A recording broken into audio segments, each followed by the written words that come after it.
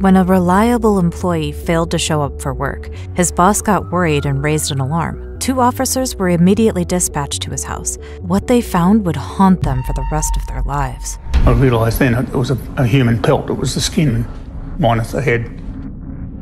A full skin just hanging from the top door frame. Looked past it and saw a torso on the ground without a head and without any genitalia.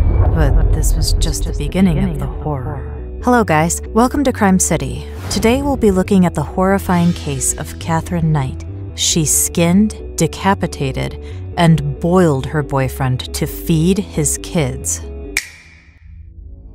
Katherine Mary Knight was not your ordinary girl. She was rude, vulgar, and was not afraid to throw a punch at anyone who crossed her. Born in Tenterfield, Australia, Katherine grew up in a chaotic, dysfunctional environment filled with violence and infidelity. Before she was even born, her mom Barbara was involved in a scandalous affair that tore her family of 4 children apart. She then ran away with her lover, a man named Ken Knight. These two eventually had terrifying little Katherine.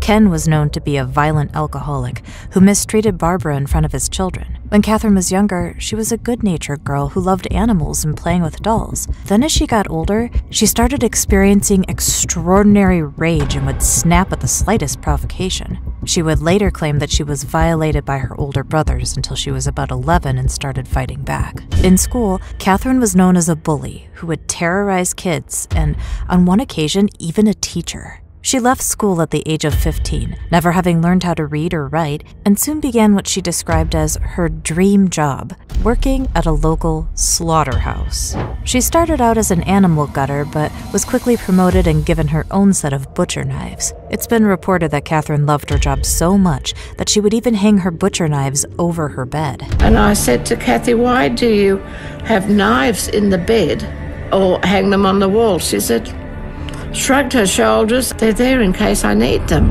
Terrifyingly, this opportunity would come, and in the most gruesome way. A wedding and an attempted murder. While working at the slaughterhouse, Katherine started dating one of her co-workers known as David Kellett, a raging alcoholic who, much like her dad, was also prone to violence. Already used to such an environment, Katherine was not the kind to back down from a fight, and so whenever David got into one of his drunken scuffles, she would often join in and back him up with her fists. In 1974, Katherine managed to convince David to marry her, and on the day of the wedding, he showed up completely drunk and probably missed something that Katherine's mother told him just before the wedding. "You better watch this one or she'll f***ing kill you. Stir up the wrong way or do the wrong thing and you are f***ed. Don't ever think of playing up on her. She'll f***ing kill you." But he soon discovered that he should have paid more attention to this warning. That very night, Katherine tried to choke him when he fell asleep after consummating their marriage. She would later say that she expected them to be intimate 4 to 6 times, but David only did it 3 times. Luckily, David was able to fight her off. But even after seeing what his new bride was capable of, he still stayed with her, a decision that he would soon come to regret. One time, when David was home late from a darts competition, a heavily pregnant Katherine set his clothes and shoes on fire before hitting him in the back of the head with a frying pan. He ended up in the hospital with a severely fractured skull, but again did not leave Katherine or press charges against her. Their marriage actually lasted for 10 years, and they even had 2 daughters. But one day, David had enough and ran off with another woman, leaving Katherine with a newborn baby. Katherine just lost it after this, and she did something completely unbelievable. She left her 2-month-old baby in the middle of a railway track to be killed. Luckily, a homeless man heard the poor baby crying and went to save her minutes before the train passed. Katherine was arrested and taken to a medical facility where she was diagnosed with postnatal depression. However, she managed to get herself discharged the next day and went on a rampage, threatening to kill anyone that had helped her husband get away. She slashed a woman's face with a knife and then held a young boy hostage until the police finally disarmed her and sectioned her in a psychiatric hospital. She stayed there for 2 months, during which time she told a nurse that she had intended to kill the mechanic who had repaired her husband's car, and then kill her husband and his mother if the police didn't stop her. Crazy. A string of tumultuous relationships. After separating from David Kellett, Catherine didn't stay single for long and started dating a local miner called David Saunders. At first, things were going great between them, and they even had a daughter together. But then it started getting crazy. We went out and cut his dog's throat. Was the dog dead? It was a clean cut, they said. And that was not the only insane incident. One time during an argument, Catherine reportedly hit Saunders in the face with an iron and then proceeded to attack him with a pair of scissors. After this, Saunders knew that he would not get out of the relationship alive unless he went into hiding. It didn't take long for Catherine to move on and get into yet another relationship, this time with a coworker from the slaughterhouse by the name of John Chillingworth. They stayed together for 3 years and had a son called Eric. This was actually the only uneventful relationship that Catherine ever had, but only because she was having an affair with a popular miner named John Price, who tragically would not be able to escape Catherine's clutches alive. The romance with John started out well, and soon Catherine moved in with him and his 2 children. However, the happiness didn't last for long, as Catherine began to show her true colors. And when John refused to marry her, she got him fired. To get revenge, she got the video camera and she videoed a first aid kit she thought that he'd stolen from the mine. She took the video of it to the mine's management. And Pricey got sacked for it, lost his job over it. Although John kicked her out of his house after this, their toxic relationship continued to the point that John started losing friends because of her. On February 29th, 2000, John went to the police to get a restraining order against Catherine after she held a knife at him during one of their fights. They'd had a row.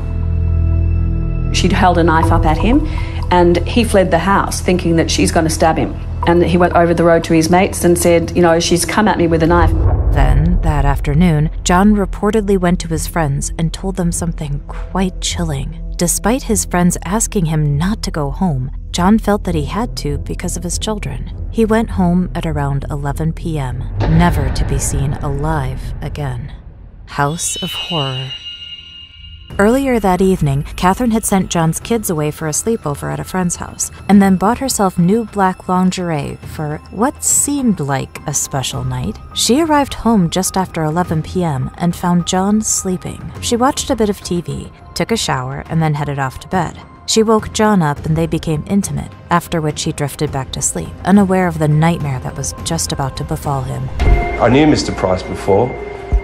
I knew that he was a hard worker and reliable man, so it was a bit unusual for him not to turn up for work and not to make a phone call. Officers arrived at 8:10 a.m., and when they discovered that both the front and back doors of John's house were locked, they used a crowbar to get in. But the moment they stepped inside that house, they realized that they walked into what could only be described as a real-life horror scene.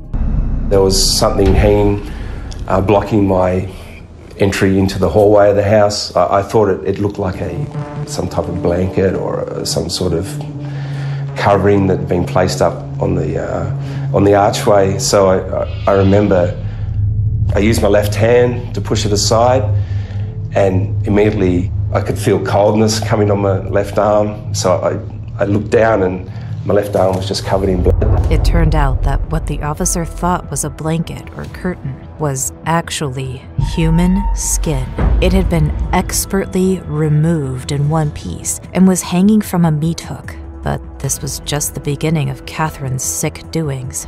I could look through there, from there into the lounge room, and I saw what appeared to be, a human being, or what was left. And so it was at that point that I'd realized, what had happened. After they realized that they were looking at the most gruesome murder scene, the officers tried as hard as they could to not panic or vomit. There was blood everywhere. A line of blood out from the door into the kitchen area. There's a pot on the stove. I think I might have even said to Scotty, I'll give you one guess where the head is.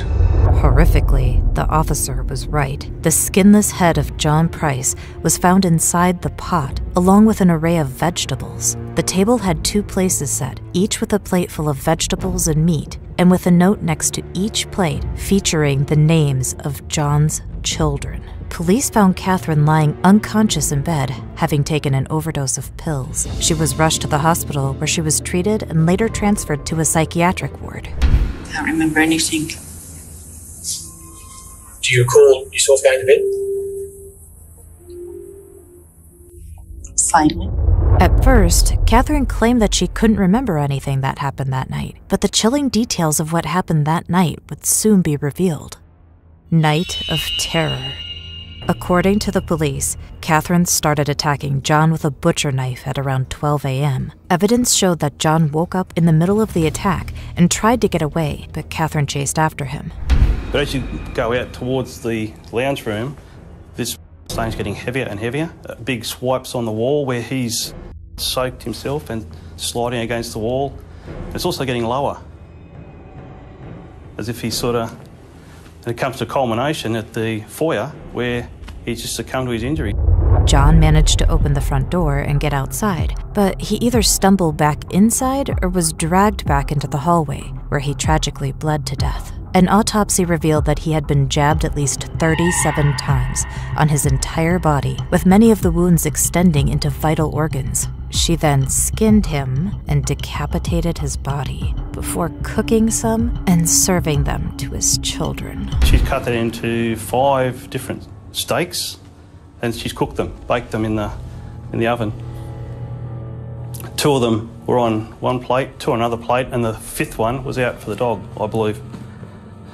But it wasn't touched. After the murder, Catherine reportedly went to town and withdrew $1,000 from John's account at an ATM. But despite all the evidence against her, Catherine maintained that she was innocent, only offering to plead guilty to a lesser charge of manslaughter. However, her offer was denied and she was charged with first-degree murder. Her trial was set for October 2001, but before it even started, she changed her plea to guilty without even offering an explanation as to why she did it. A judge later sentenced her to life imprisonment and ordered that her papers be marked never to be released. Today, she became the first woman to be jailed for life under truth in sentencing laws, ensuring she'll die behind bars. She's been branded a danger to the community, capable of murdering anyone who crosses her. And did you know anything about Charlene Downs going to kebab shops or hanging around kebab shops? I did not have any clue about anything. I don't have any clue about what they're talking about.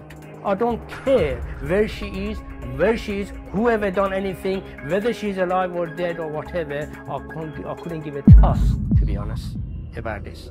When a teenage girl mysteriously disappeared, horrifying stories started going around that 2 men had killed her and sold her body as kebab meat. And as the police investigate, they uncover some more disturbing details. I knew Raveshi.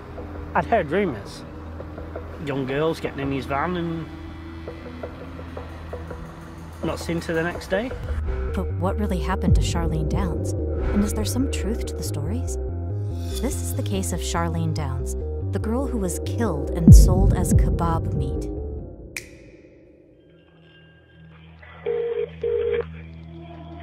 Hello? Hi, it's Blackpool Police here. We just received a 999 call on your phone. Is there a problem? So my daughter's been missing since Saturday night. They thought she'd been back by now, but she hasn't returned. How old is she? 14. She came down to see me at work. I said, oh, I'll see you later, Mum. She went off with a friend and I've not seen her since. Can you give me a description, please? She's got shoulder-length dark brown hair. Yeah, with a fringe. And she's got a fringe as well. What was she wearing? She had a black jumper on with, like, white diamonds on the jumper. What's she called? Charlene. Charlene Downs. Charlene Downs lived in Buchanan Street, Blackpool, a seaside town in northwest England. As a child, her mom, Karen, said that she was a happy and affectionate little girl. But she started being rebellious when she became a teenager and had even been expelled from school. I was sure it was no more than a teenage phase, all part of growing up.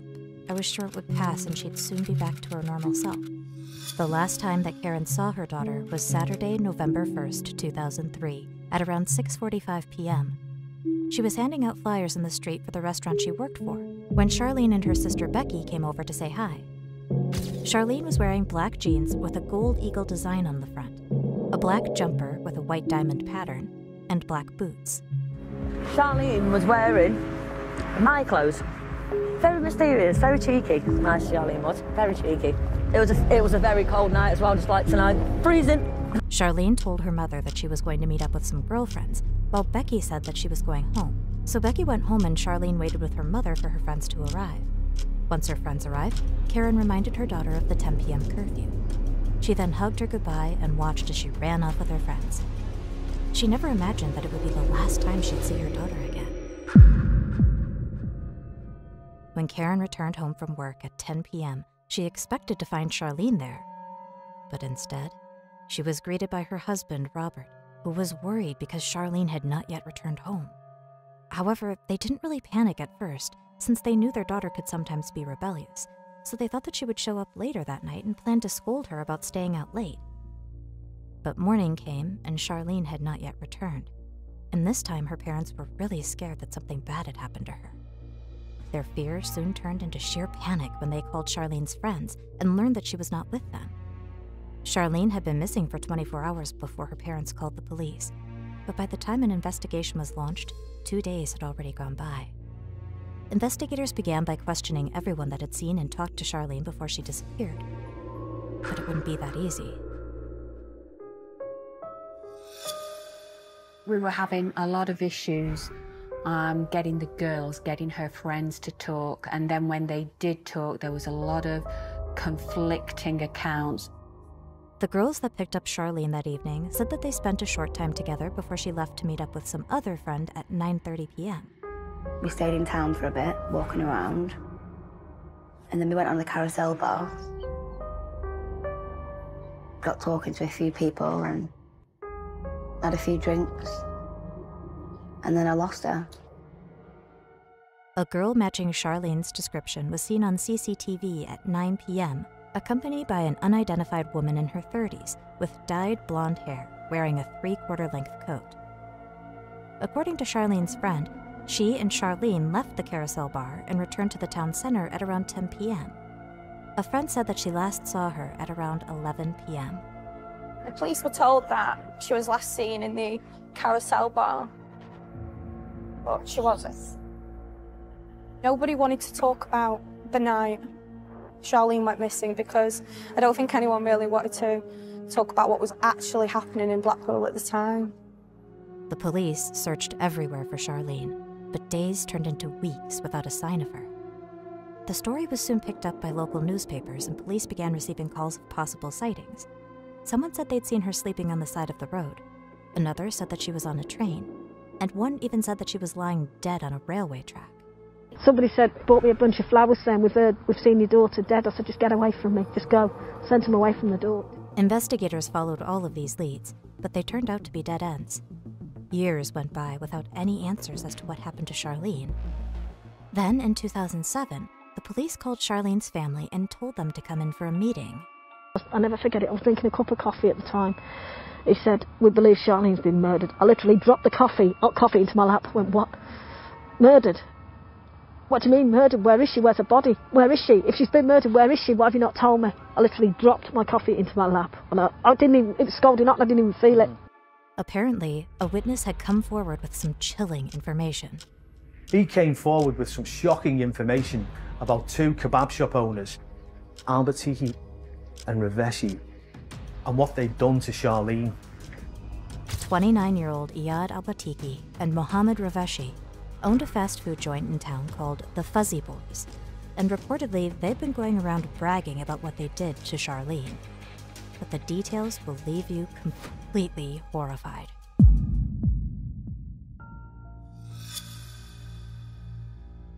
When the police started investigating these two men, they unveiled something pretty disturbing that had been going on right under their noses.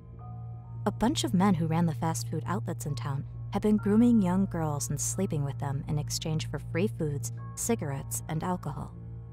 Investigators found that up to 60 girls in Blackpool, some as young as 11 years, had been groomed and exploited by these predators. And Mohammed had a reputation. I knew Raveshi. I'd heard rumours. Young girls getting in his van and not seen to the next day. He would lure the girls by either giving them free food gifts or offering them a job. I was 14 and just thought it's a bit of extra spending money. When I actually got behind the counter, that's when he was very touchy-feely. He was sleazy. Oh, you're gorgeous, you're beautiful, and stuff like this. But when Mohammed was questioned about Charlene, he denied knowing who she was. And did you know anything about Charlene Dines going to kebab shops or hanging around kebab shops? I did not have any clue about anything. I don't have any clue about what they're talking about. I don't care where she is, whoever done anything, whether she's alive or dead or whatever. I couldn't give a toss, to be honest, about this. However, his brother had told someone about seeing him in bed with Charlene and 2 other girls at one time before she went missing. Said he came in from work one night and Raveshi was in bed with 3 young girls. One was 12 at the time, and 2 of her friends, and one apparently was Charlene Dines. I was told that Charlene, apparently she'd had enough and she was going to the police. And apparently that's what triggered something off in their heads. You know, that wasn't going to happen. Iyad Al-Batiki was also not any different from his business partner. I was told I had and a man who turned out to be Al-Batiki had sex with me, basically, while I was unconscious. The trial of the 2 men began in May 2007, in which the prosecutor alleged that Iyad had killed Charlene and Mohammed had helped him get rid of the body. According to the prosecution, Iyad had intimate relationships with Charlene before killing her. She ended up in Eddie Street when he was strangling her. Raveshi, I think, just helped dispose of the body. But he says he's seen 6 black bags. He knew that girl was in them bags. A chilling audio recording was played in court, where the 2 men were heard talking about killing a girl. You look worried, you know. And believe you me, don't worry. There is nothing they, you know, they can find. Raveshi, she died here. There's a sigh. And Raveshi asked the question, why'd you kill her here? Why you did her? This was terrible. The last one, the last big one, and then it got cut off. So why did you kill her?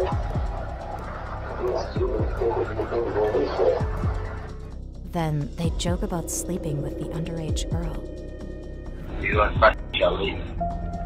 Yeah, he's a face. And like that's not already bad enough, they went on to discuss about how they put her body in a meat grinder and sold the meat in kebabs.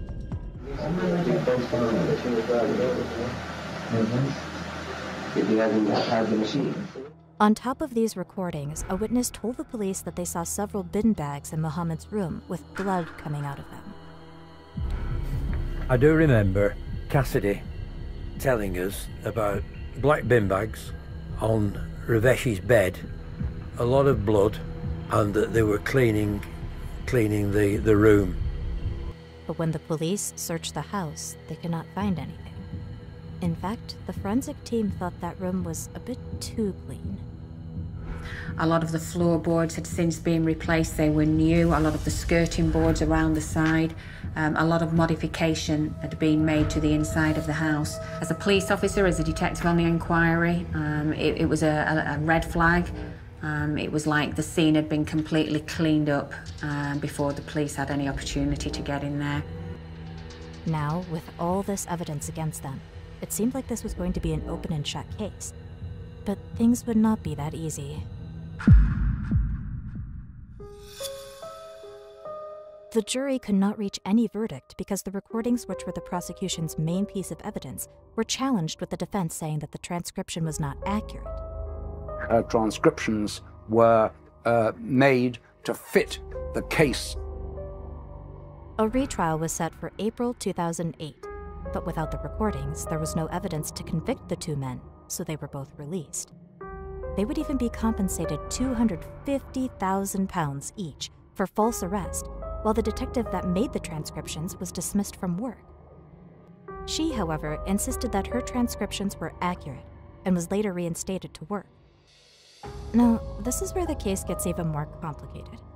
After the retrial failed, Charlene's mother, Karen, would stab her husband during an argument. The wounds were minor, and he declined to press charges, saying that she was maddened with worry and frustration. Then in March 2009, Charlene's sister Emma pleaded not guilty to racially aggravated assault after she attacked the brother of the man who had been charged with murdering Charlene. She claimed that the assault was not racially motivated, and on the first day of her trial, the prosecution accepted her plea to common assault, which is a less serious offense. She was sentenced to community service.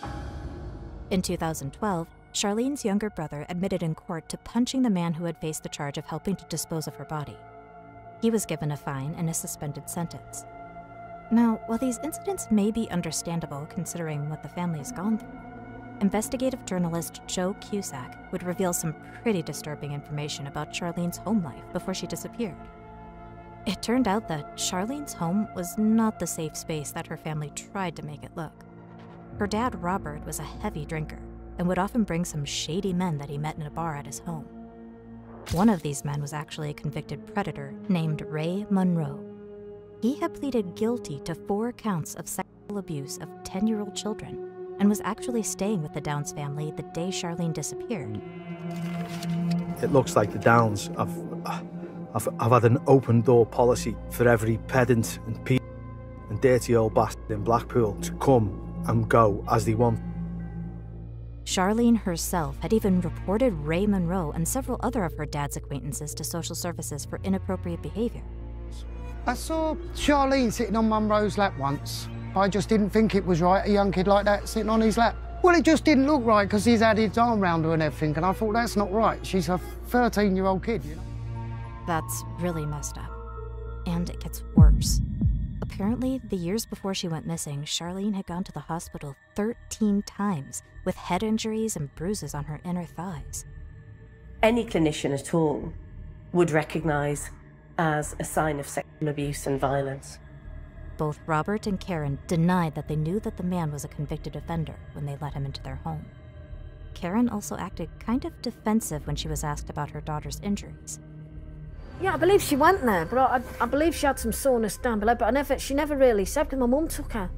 But she just said she had sore down below. She didn't say it was for any things or anything like that. A lot of people have also questioned why it took 2 days for the mom to call the police. Karen had said that she was told to wait 24 hours to report her daughter's disappearance. I phoned on the Sunday, and they told me to wait 24 hours. To my horror, I said, well, 24 hours, she's a child. Why do I have to wait 24 hours? But investigative journalist Joe Cusack noted that Karen's 999 recordings showed that Karen had actually called the police on Monday. How come you've not reported her till now when she's only 14? Well, we thought she might have come back, you see. I reported her on the Sunday, the bloody liars. We left it to see if she'd come back, you see, but obviously she's not. I know I should have reported it before. 8 days after Charlene was reported missing, authorities had even decided that if Charlene was found, she would not be returning home, but would be put under a police protection order instead. But it seems that this decision came a little too late for Charlene. On August 1st, 2017, police arrested a 51-year-old man from Preston who lived in Blackpool at the time of Charlene's disappearance on suspicion of murdering her. But he was released 2 days later. Since then, there has been no other major progress on the case. But I hope that one day the truth of what happened to Charlene would be revealed. You gather yourself and then realise, well, this is a dead body. It's obviously been badly mutilated. This person has been murdered, butchered, and we've got a job on our hands. When a young mother of 4 went missing in the small, quiet town of Darlington, no one knew what to expect until her mutilated torso was found dumped inside a trash bag. Who could have done such a horrible thing, and why? Horrifyingly, it emerged that the killer was someone in town and that he had been going around bragging about the murder. And what's more, he claimed that he had eaten parts of the woman's body. Hi guys, welcome to Crime City. Today we'll look at the scary case of David Harker, the youngest cannibal in the UK who cooked human spaghetti. Julie Patterson was described as lovely, bubbly, and always happy. Despite having gone through more than her fair share of tragedies in life, Julie was always cheerful and wanted to be a great mom to her 4 children. However, having lost her mom at the age of 3, Julie struggled with depression throughout her life. She tried numbing her pain with alcohol and self-medication. That didn't help. By the age of 31, she had been declared an unfit mother and lost her children to social services. This led her to sink more into depression, and she became completely dependent on alcohol and Valium. During this time, Julie was in a loving relationship with her partner, Alan Taylor, but she would often disappear and go on drinking benders and then come back days later. Or she'd just disappear. We didn't know where she went, but she would just appear back again. Dirty, hair not combed, and she'd just have a bath and a meal and a good sleep, and then she was back to normal the next day. So when Julie went out the night of April 6th, 1998, Alan wasn't really worried. He figured that she was experiencing one of her episodes and would come back as usual. But unfortunately, this time around, she never did. In fact, it would be the last time that Alan would ever see her alive again. Like all the other times, just waited till she came back, and obviously started looking when she hadn't come back. Alan knew something was wrong when Julie missed an appointment with one of her daughters. Julie loved her children, and even in her drunken state, she would never intentionally miss an appointment with them, so what could have happened to her? By this time, Julie had been missing for about 3 weeks, so Alan went to the police and filed a missing persons report. But at the time, he had no idea of the horror that was about to unfold.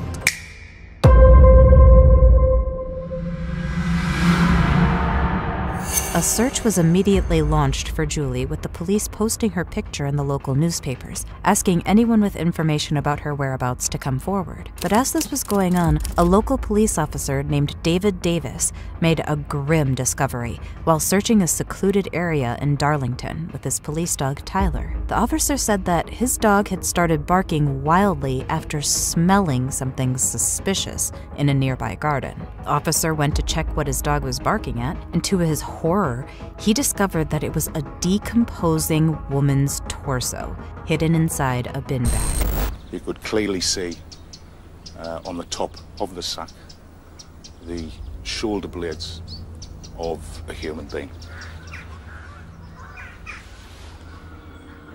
Just put everybody into very deep shock. And that shock lasted for a few seconds before you gather yourself and then realise, well, this is a dead body. It's obviously been badly mutilated. This person has been murdered, butchered, and we've got a job on our hands. Tragically, the torso was later identified as Julie's. What could have happened to her, and where was the rest of her body? The discovery of Julie's mutilated body shook the entire town of Darlington. There was a massive amount of public interest and just shock. You know, who could have done this in this town? And how could this happen? This isn't, you know, Merseyside, this isn't Tyneside, it's not inner city. And what's going on? You know, who have we got living in here? Was he local? Could he have possibly been local? Around this time, police started receiving alarming calls from several teens reporting that their friend David Harker had been going around telling people that he had killed and mutilated a woman named Julie. And he boasted about how he'd chopped up Julie, dumped the body in Paulham Lane, and the limbs and the head went out with the rubbish. Obviously he was drunk, so I just passed it off and didn't believe him. At first, everyone thought he was joking and didn't take him seriously. But now that there was a body, people started thinking that maybe it wasn't a joke after all. David was a 23-year-old aspiring musician who had moved to Darlington in 2005 after constantly getting in trouble with the police. But despite his troubled past, David had a way of creating a good impression on everyone he met. When David was living at mine, he wasn't paying any rent or anything, and my mum didn't mind because he was paying us really in his kindness. Like, he was always doing his bit, you know, cleaning up, tidying up, helped me with my homework. He was always trying to help me because he said he didn't want me to turn out like him. But as it turned out, David's charming behavior was just a charade to hide what he truly was, a cold-blooded monster. According to his friends, David was obsessed with violence and serial killers and constantly talked about how he wanted to kill people and cut them up. He even had 2 creepy tattoos on his head written subhuman and disorder. Harker used to tell us stories in funny voices about how he was going to take us down dark, secluded alleyways and kill us and that, but we used to just laugh it off, you know what I mean, think it was funny. Harker always used to call himself Devil Man. So he'd stand up on the bench and scream, "I'm going to rot in hell, so's everyone else, because I am Devil Man." The police didn't know what to expect when they went to David's apartment, but the moment they opened the door, they were completely horrified by what they saw. One detective later described it as similar to a scene from The Silence of the Lambs. A trail of red liquid went from the hallway into the kitchen and into David's bedroom, and there at the corner was a huge stain that detectives suspected to be blood. There was heavy blood staining in the corner of the bedroom. Scientists later told us that that was consistent with a part of Julie's body having been in that corner and blood having soaked through the carpet into the floorboards below. Police also found Julie's clothes and belongings in the apartment, along with bin bags and a knife with the word "becoming" written on it. There were also some pretty disturbing writings on the wall, one of which read, "Born again with snake's eyes, ... becoming God size." David was arrested and charged with Julie's murder, and this was when the chilling details of what happened to Julie would emerge. Apparently, Julie and David met in a local park and immediately hit it off. After sharing a few drinks, David invited Julie back to his apartment and she innocently agreed, not knowing of the horror that was waiting for her. When they got to the apartment, David told the police that the two slept together, but then he got bored and Julie to death. And like that's not bad enough, this depraved psycho said that he had slept with the body and then removed pieces of flesh from her thigh, which he cooked and ate with spaghetti and cheese. And he didn't stop there. After that, he dragged her down to the basement and kept her there for several weeks while he removed her arms, legs, and head before dumping her torso in what he thought was an abandoned garden. Julie Paterson's father, brother and sister-in-law entering court this morning to see David James Harker make his first appearance on the charge of murder. David James Harker was led into the courtroom in handcuffs for his own protection and because of the serious nature of the offence. He was flanked by security and other police officers wearing protective jackets guarded the rest of the courtroom.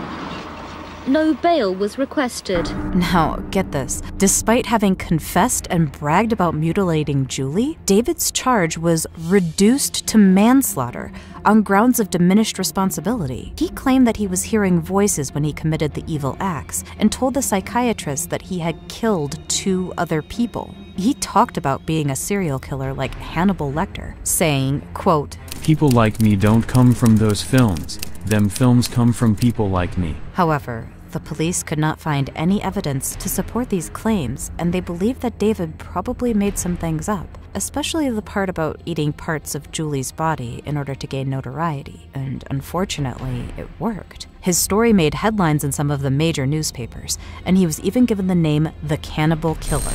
He seemed to be desperate to somehow impress people with what he was saying. And at the time I know that he was trying to contact newspapers and try and convince them that they should write a book about it. In February 1999, David pleaded guilty to manslaughter and was sentenced to life imprisonment with a minimum of 14 years before he's eligible for parole. But his streak of terror didn't end there.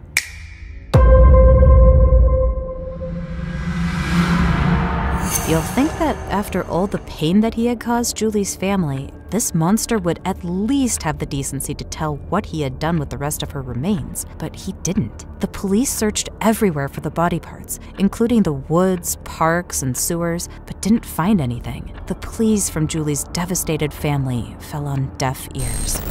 With our fair, we don't feel very well, like, still. It's terrible.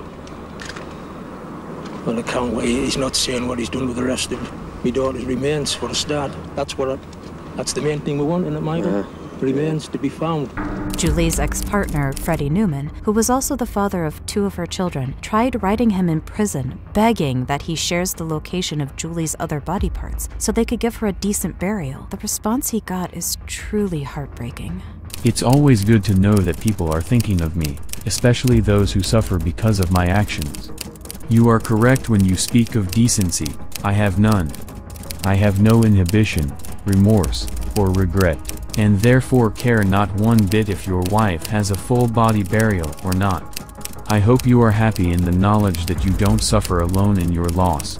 Your wife was not the first or the last person I killed. Tragically, David actually got what he wanted, to torment Julie's loved ones until they could not take it anymore. Freddie, the father of Julie's 2 children, ended up taking his life in 2006, but sadly, the tragedy didn't stop there. That same year, Julie's boyfriend, Alan Taylor, who was also tormented by the fact that Julie's body was still out there, came up with a crazy plan hoping that it would help him find her remains. The nightmares I have is actually, in a way, I'm like a murderer myself, because I have to think how he's maybe done it. You can imagine the emotional nightmares I do have. Honestly, I wouldn't wish them upon anybody.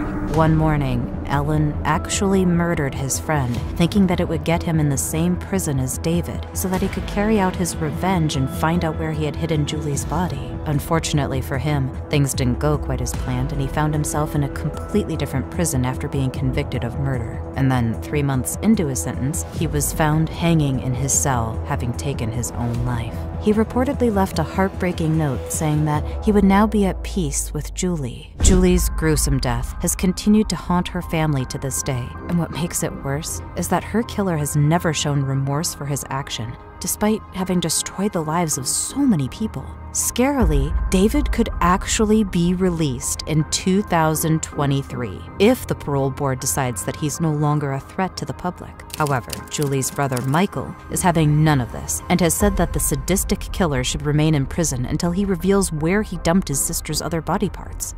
I can't move on with my life until I know. He is sick. I want him to tell me what he did with Julie's body so I can move on with my life. He shouldn't be released until that happened. This is truly a terrible and heartbreaking case. What this monster did to Julie and her family is unforgivable, and I really hope that he's miserable in prison and that his actions haunt him for the rest of his life. When this news made the headlines throughout Singapore, nobody believed it. Singapore is one of the safest countries in the world.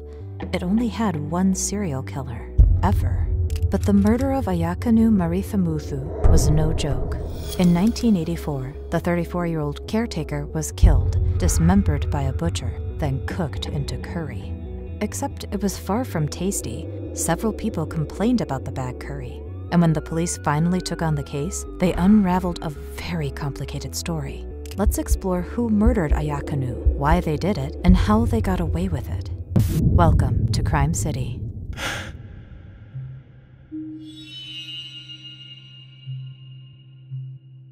On January 9th, 1987, the police department in Changi, Singapore was having a slow day as usual. Not a lot of tough crimes happen in Singapore, which is what made the following event extra strange for the police officers. Detective G. Alagamalai's pager buzzed. It was his trusted informant. He told Detective G he'd been wanting to talk about this for 2 years. Now, he couldn't hold it in anymore. The informant said that 2 years before, he had some very strange curry at the Orchard Road Presbyterian Church. There was something off about the meat. He was convinced he'd eaten Ayakanu Marithamuthu, the 34-year-old caretaker. Imagine hearing this as a detective in the 6th safest country in the world, a place where the murder rate is 0.17 per year. Detective G didn't believe his informant at all. He thought he was drunk or in the mood for bad jokes. But when he told his informant to knock it off, he only became more serious. He said he knew all about Ayakanu. He was an Indian-born immigrant, born in 1950. He'd come to Singapore with his wife, Ramia, and their 3 kids, 2 sons and a daughter, around 1980, and they all lived in a small house behind the Presbyterian Church. Ayakanu was a caretaker at the Public Utilities Board-run holiday chalets situated alongside Biggin Hill Road, while some of his family worked at the church. But Ayakanu vanished at the end of 1984, and the informant was sure he'd eaten him in a curry in January 1985. He just had a really off feeling about that curry. Detective G didn't know what to feel. The story was as disgusting as it was outrageous, and simply hard to believe. But when he got back to the station, he thought he'd share it with his superiors. And since there wasn't much to do those days at the station, they told the detective to take the case if he so wished. Detective G would uncover one of the most haunting and bizarre cases in Singapore's history.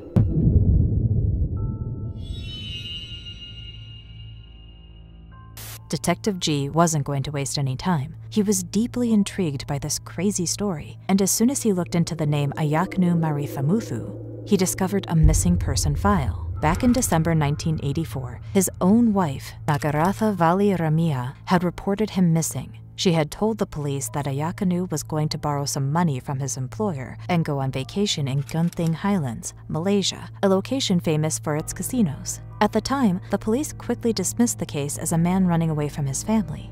Then it was forgotten, and the family never contacted the police again. But there were several strange things about this missing person file. On the one hand, Detective G thought it was highly unlikely that Ayaknu would go gambling or borrow money from his employer. He had just borrowed $600 to pay for his children's school books. This meant that he still owed money to his employer and that he had no money left to gamble. On the other hand, it didn't look like Ayaknu was planning on abandoning his family. First, he disappeared before his planned vacation, and second, he had taken days off of work just prior to Christmas Day. This meant that he was planning on staying home for the holidays. Why would he disappear just 2 days before going on holiday? And there was something else, perhaps the biggest clue of all. Ramia had reported him missing, then stopped all contact with police. In Ayaknu's case, nobody seemed to care. His wife and children even left home months after his disappearance. Ramia took a caretaker job at the Fuchao Methodist Church and took her family with her, as if she knew Ayaknu was never coming home again. So throughout early 1987, Detective G spoke to everyone who knew Ayaknu, not just his family, neighbors, churchgoers, church staff, and anyone who'd heard something.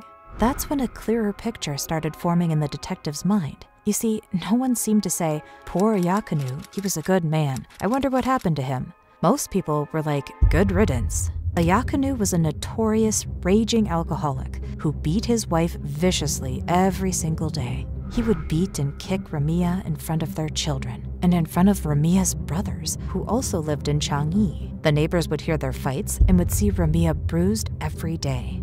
And there's another side to the story here.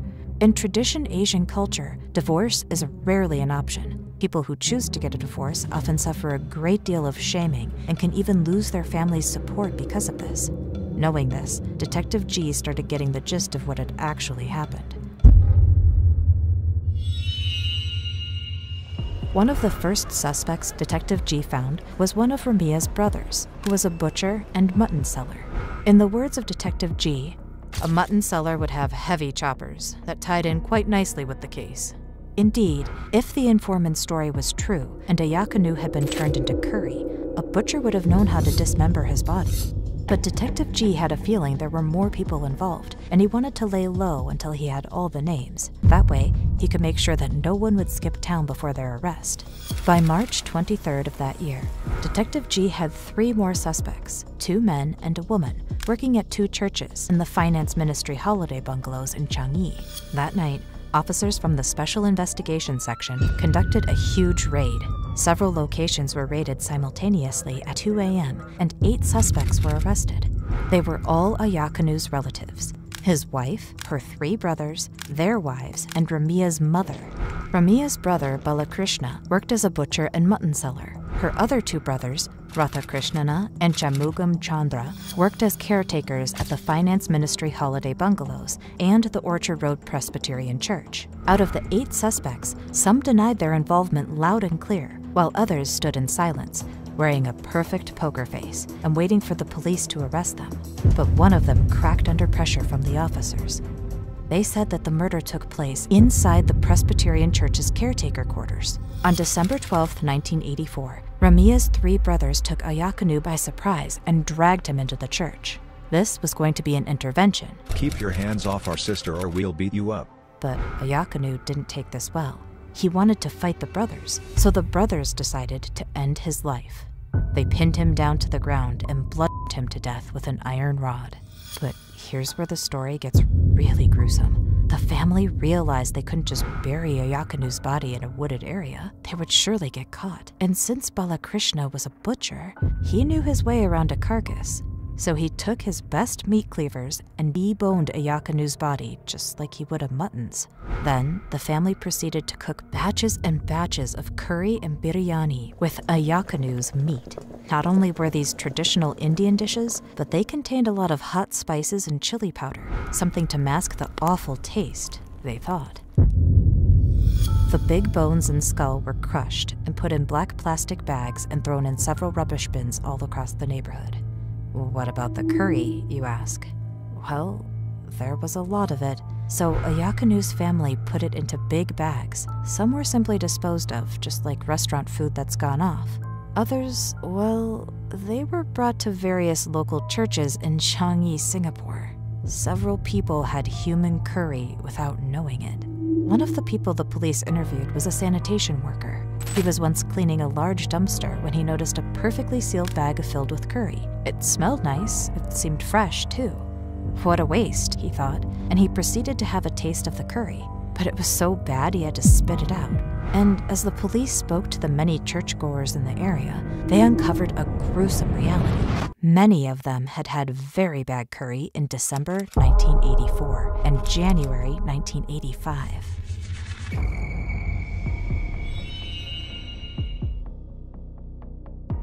On March 27, 1987, the three brothers and Ramia were charged with murder.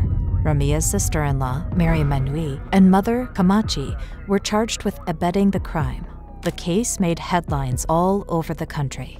Central Investigations Department Director Jagajit Singh said, "Unusual because the remains of the body have never been found and the deceased had not even been reported to have been murdered. Bizarre because of the manner in which the body was disposed of." Here's a weird final twist. 3 months later, all 6 suspects were brought to court. Detective G and his team of dedicated officers were convinced the family was going to be put behind bars. They had a suspect's partial confession, accounts from various people who knew Ayakanu, and a pretty clear theory to present to the judge. 200 people attended the trial. It was a huge event for Singapore at the time. All 6 suspects were facing the death penalty. Journalists from all over the country were eager to hear the verdict. But the prosecution said there was no way to proceed with the case. First of all, Ayakanu's body was disposed of to perfection. No one bit of him was ever found, to this day. The murder weapon wasn't found either, nor did Balakrishna's meat cleavers hint at anything. Perhaps the police didn't analyze them closely enough, or perhaps DNA traces were impossible to get with 1987 technology. Ayakanu's killers might never be fully brought to justice. All the police have is an outrageous confession and several reports of bad curry. All 6 suspects were discharged and released, and the case was dismissed. This doesn't mean they're acquitted, though. They can still be charged with the same offense if enough evidence is presented. The police promised they would be conducting further investigations, hoping for more evidence against the family. And on the day of their release, the 3 brothers were arrested again under the Criminal Law Act. They were held in Changi prison for 4 years. But today, Ayakanu's killers roam free. They might even have aliases, forever protected by police scrutiny. I'm sorry for their loss, and I hope that you can find it in your heart to forgive me. And I'm so sorry, and I never wanted this to happen.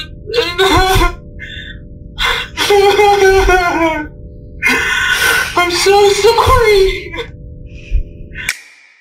This is Austin Harroff. He is crying after he brutally murdered 2 people and then tried to eat their faces off. But as horrific as this crime might sound, it may pale in comparison when you hear what other monsters in history have done. Hi guys, welcome to Crime City. Today we look at the top 5 strangest cannibals, in order of victims eaten. Austin Harroff, half dog, half man. In August 2016, 19-year-old college student Austin Harroff from Juniper, Florida, was having dinner with his dad at a local restaurant when he suddenly got up from the table and left.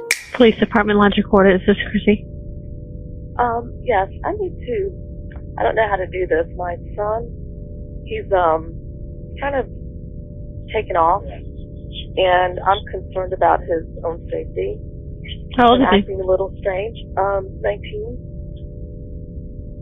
Does he live with you? Yes. Okay, what do you mean acting strange? It seems like he's a little delusional, or like he's acting like. Does he have a history of that or anything? No, this is just like recent change, and that we're noticing. And he was out to dinner with his dad today, and he took off. And we're just, he was with his sister, and he says, he feels immortal and like a superhero. So I don't know what's going on with him. He walked for about 4 miles while removing his clothes in the process until he found himself standing outside the home of John and Michelle Stevens. The couple had converted their garage into an outdoor hangout spot, and they were sitting on a couch enjoying their evening, completely unaware of the horror that was just about to befall them. Austin later said in an interview with Dr. Phil that when he entered the garage, he heard Michelle screaming and then grabbed a machete, and after, everything became a blur. I just showed up, and she was shocked that I was, I guess, almost naked. A neighbor heard the commotion and found Austin on top of Michelle, violently attacking her, while John lay bleeding on the ground. He turned and looked at me and said, "You want no part of this, you want no part of me, one of the two." And then from his right hand, swung. And I was standing kind of like this, and whether I went to block or whatever, that's when he called me there the first time. At this point, the neighbor ran back to his house and called the police. Young man beating up a woman across the street. Okay, are they outside or in a house? It's in a garage. Several officers rushed to the scene, but what they found would haunt them for the rest of their lives. It was a scene straight out of a scary zombie movie. Austin was kneeling on top of John, eating his face. A deputy fired a taser at him, but he didn't stop. He kicked him in the head several times, but still, he continued. It took several deputies using all their strength to eventually pull the deranged teenager off of John, and when they finally did, he reportedly told them, "Help me, I ate something bad." And when they asked him, "What did you eat?" he responded, "Humans." Later, while at the hospital, deputies reported that they saw him spitting out what appeared to be flesh and hair. Sadly, John and Michelle didn't survive the attack, but even sadder, they never got the justice they deserved. A psychiatrist who evaluated Austin diagnosed him with a condition called clinical lycanthropy, which apparently made him believe he was half dog and half human. Because of that, a judge ruled that Austin was unable to distinguish right or wrong, and therefore he was found not guilty by reason of insanity and is currently admitted at a mental rehabilitation hospital. Klara Maurova. She ate her own kids. Klara Maurova was a 31-year-old woman from the Czech Republic. Growing up, she and her sister, Katerina, 33, would often tell people that they were destined to fulfill a mission for God. Klara had 2 sons, Jacob, 9, and Andrei, 8, who she pretty much raised by herself because their father had run off. Klara was said to be a good mother in the beginning and would often be seen playing with her 2 boys. However, things changed when she and her boys moved in with her sister, Katerina, and joined a religious cult called the Grail Movement. Members from this cult apparently believed that they could go to heaven by simply doing good deeds, and that they were completely absolved to commit crimes. Around this time, the 2 sisters met a 13-year-old girl by the name of Annika, who was apparently an orphan from Norway and had escaped abuse and trafficking. The girl was also suffering from many illnesses, including leukemia and kidney failures, and on top of that, she was slowly going blind and deaf. Klara felt sorry for the girl and decided to adopt her. That was a big mistake. In September 2006, a man named Edward was setting up a CCTV baby monitor for his newborn son, but when he went back to check the video, he noticed that the monitor had picked up a signal from an identical monitor from one of his neighbors. And instead of seeing his son's crib on the other end, he saw something truly horrifying. A young, naked boy chained up in a cellar. The boy was scrawny and dirty and eating off the floor, and sometimes a woman's hand could be seen feeding the boy. Edward was freaked out by this, and he immediately called the police. The police went door to door trying to figure out where the footage was transmitted from, and eventually they found it in the home of Clara and her sister Katerina. The 2 women were arrested, and 3 children, including the boy in the monitor, and a 13-year-old girl were put into a home. The police would soon learn the chilling details of how everything happened, but it was not anywhere near what they would ever have imagined. Clara's sons, Jacob and Andrei, told investigators of the horrific torture they went through at the hands of the 2 women who were supposed to protect them. They said that their mom and aunt would stub cigarettes out on their bare skin, put them with belts, and try to them. They were kept in cages or handcuffed to tables and made to stand in their own urine for days. And it gets worse. The sisters had reportedly partially skinned Andrei and then eaten it. Now, why would anyone do that to her own children? The truth behind this will totally shock you. Clara told investigators that her sister Katerina and her adopted daughter Annika made her do it. But how is this possible for a grown woman to be manipulated by a 13-year-old girl into hurting her own children? Apparently, Clara thought that she was helping Annika get better. She said that she used to get messages from someone claiming to be Annika's doctor, and he would instruct her of the things she needed to do to make Annika feel loved. But there was a twist. Police learned that the so-called Annika, who was now on the run, was actually not a child. She was a 34-year-old woman by the name of Barbara Skarova. And there's more. Clara's sister, Katerina, knew about this all along and had conspired with Barbara to trick Clara. The police managed to track Barbara down, but she was arrested and charged along with Clara and Katerina. Clara was sentenced to 9 years in prison, Katerina was given 10 years, while Barbara was sentenced to 5 years in prison. They have all since been paroled. The next case only gets worse. Surinder Kohli, serial cannibal killer. In December 2006, 2 residents of Nettari, India, came across a decomposed hand in a drainage pipe. They immediately called the police, who came and started a coordinated search around the village. In the past 2 years, there have been reports of several children mysteriously vanishing in this small village, and residents felt that the police were not taking the strange disappearances seriously. So when they heard about the gruesome discovery, anxious parents rushed to the scene with photographs of their missing kids, but nothing would have prepared them for the horror that was about to unfold.